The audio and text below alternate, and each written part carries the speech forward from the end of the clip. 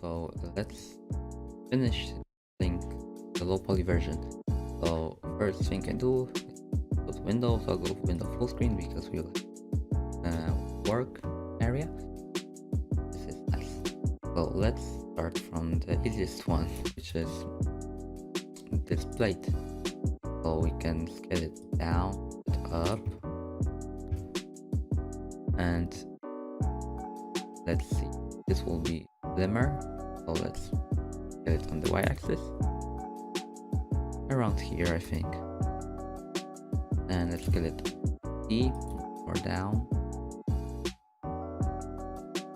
And yeah, basically we get it on the x-axis too.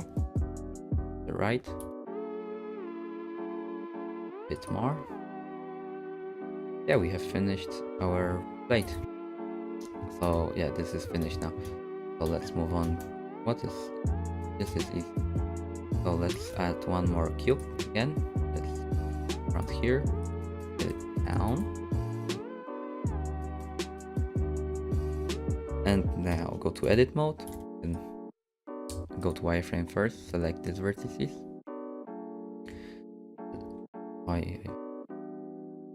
Select everything, get this down. This, right? Don't worry if it is intersecting with the grip. It doesn't matter for now.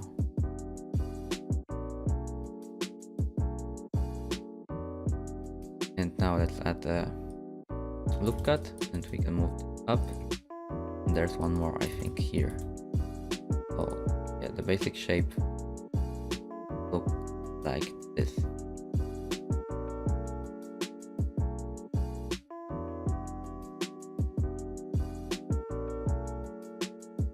Go to the solid view. Okay, looks something like this. Maybe we can move them closer to each other, so select everything. Okay, not this. Select this, everything, and move it on. Get it on y-axis. We have this nice taper.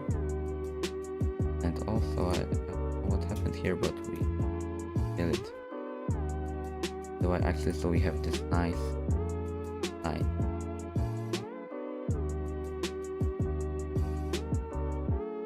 Going on. Okay.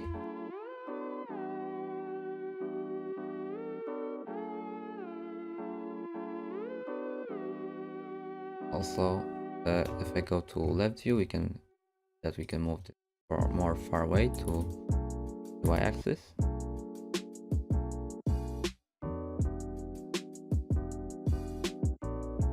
Okay, it's nice. So let's go to the next part. Let's make a trigger. So again, add the cube, get it down. So it will something around this. Let's go to edit mode, wireframe, and again shape it on the x-axis. So now we want to move it at the end here. Let's get it down so it fits perfectly the edge of the trigger, and move down. Let's rotate it even like this. And now we can add a more. This one left. Rotate it. And now maybe we can use the bevel tool. So click Ctrl B. With loop cuts, or let's add one more loop cut by scrolling up, something like this. And now we have our trigger done. Maybe we have to move this up a bit so it intersects with the grip. Add this also. So again, add the cube, go to edit mode, object mode, add a cube, scale it down, start from the left to the right. So we can start here, let's rotate it, go to edit mode, select bottom part, scale it down,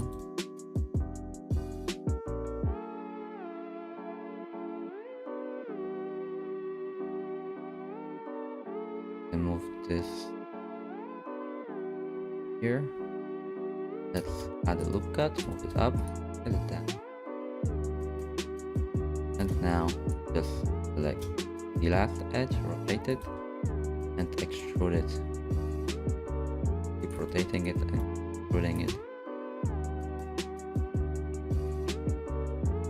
And this one we can move to this point because yeah, it's basically a straight line.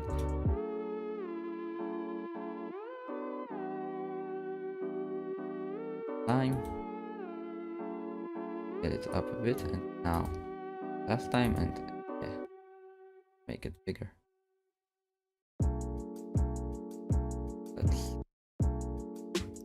We can move them more closer to each other. So click SY, get it on Y-axis, and also maybe this part closer to.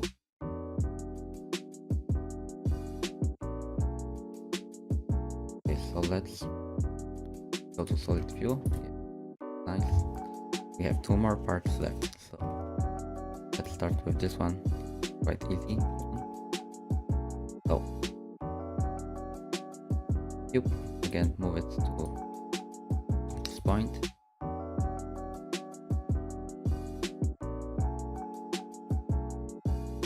And let's go to edit mode. Select this face. Let's click E to extrude it, and right click to cancel the moving part, and let's get it up. Get till it fits this border, and now let's extrude it again up till it hits the tube. And you can see this is quite big now, so let's select everything and let's get it on the y-axis. And let's see from the wireframe view.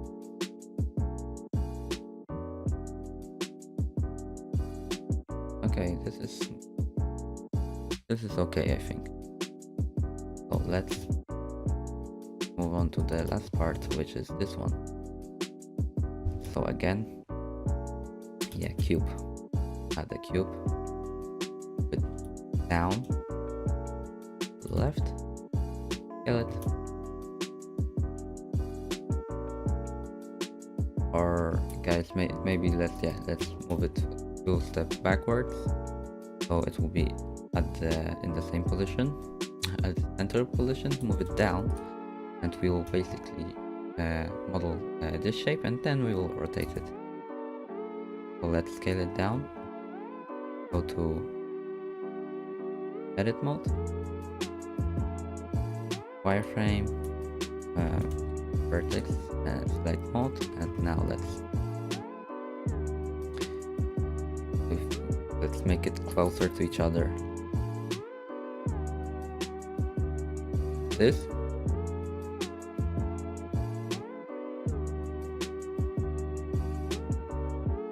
Okay, so now we want to add a loop cut in the middle, and let's delete sides. So we have this flat plane, and let's make a face from it. So select everything, click F, so you have a face.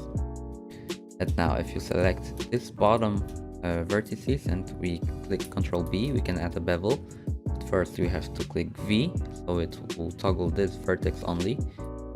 And yeah, as you can see, we made this shape.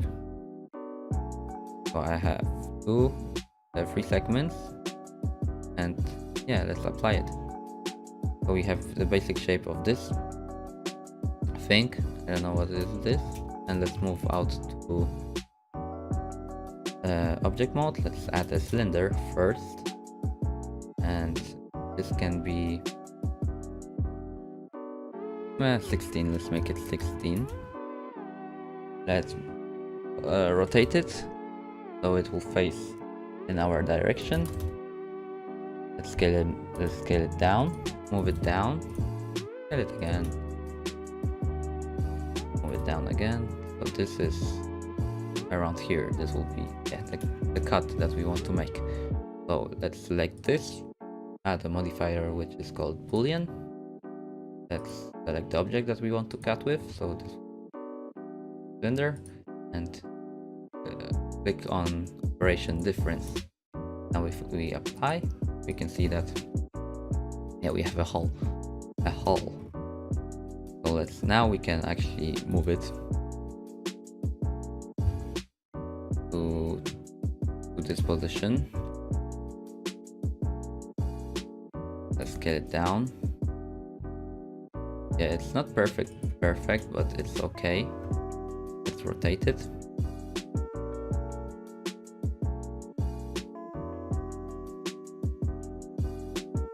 Or maybe before I will make this top a bit wider, like this.